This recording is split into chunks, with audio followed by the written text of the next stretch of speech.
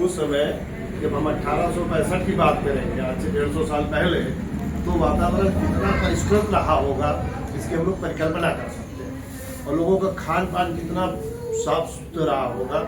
तब शायद हमारे ख्याल से केमिकल फर्टिलाइजर थे ही नहीं, तो लोगों के इम्यूनिटी बहुत अच्छी हुआ करती थी। अच्छा, इसी का परिणाम हम लोग देखते हैं जब हम नियोनेटल्स में ट्रीटमेंट देते हैं उन बच्चों को जो अंडर 5 ईयर्स होते हैं, तो हमारी दवाइयाँ बनस्पत एडल्ट्स के ज़्यादा अच्छा रिस्पांस देती है। शायद इसीलिए उन बच्चों में भी उतना ज़्यादा केमिकल्स नहीं गए होते हैं, तो मेडिसिन बहुत फास्ट एक्शन लेती है। और जब हम बुजुर्गों को देते हैं, वयस्कों को देते हैं, शायद उतना रिस्पांस नहीं आ पाता या कम आता है। तो उस समय एटमॉस्फेयर का भी अंतर रहा होगा, तमाम रहा होगा। और कुछ एक केसेस में तो इलेक्ट्रोहोम्योपैथिक रेमेडीज ऐसा काम करती हैं जैसे लगता है कि इसी पेशेंट के लिए दवा बनाई की गई थी केवल। और कुछ पेशेंट में ऐसा काम करती है जैसे लगता है कि इसको पानी पिलाया तो पानी नहीं होता। सर कोई ऐसा अनुभव बताइए कि जो ऐसा लगे कि इलेक्ट्रोहोम्योपैथ से चमत्कार हो गया। एक परिवार की 2 महिलाएं साथ में ट्रीटमेंट शुरू हुआ। एक महिला को 3 महीने भी नहीं बीते कंसेप्शन हो गया, और दूसरी महिला का अब भी इलाज चल रहा है, उसको कुछ होता ही नहीं है। और दोनों पार्ट बिल्कुल ओके हो चुके हैं।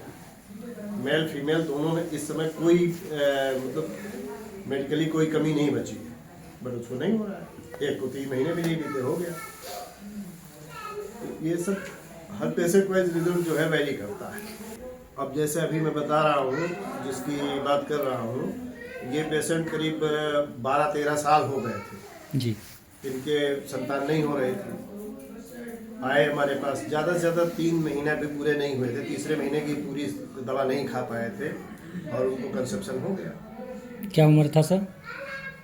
लेडी की उम्र लगभग 32 साल थी और जो मेल था वो 35 प्लस थे। सर ट्रीटमेंट क्या दिए थे?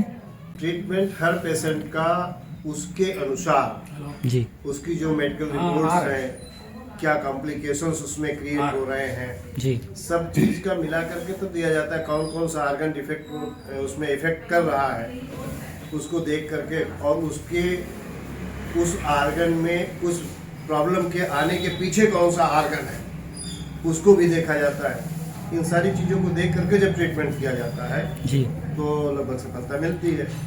लेकिन महिलाओं में पीसीओडी, पीसीओएस, हार्मोनल हाँ। या कुछ सिस्ट, यही सब होता है ज़्यादातर समस्या? नहीं, कोई जरूरी नहीं है केवल इतनी सी ही समस्या हो। और भी तमाम, जैसे अभी जिसकी हम बात कर रहे हैं उसका मूल्यन हार्मोन केवल गड़बड़ था जी।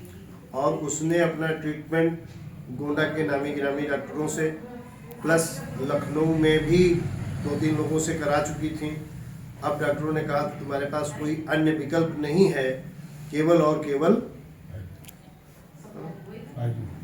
केवल और केवल IVF कराना पड़ेगा, इसके अलावा कोई रास्ता नहीं जी। और यहाँ आए, हमारे ख्याल से 3-4 हज़ार रुपये में ठीक हो गए,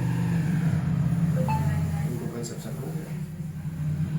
तो इलेक्ट्रोहोम्योपैथी अपने आप में बहुत ही मिराकुलस सिस्टम ऑफ मेडिसिन है।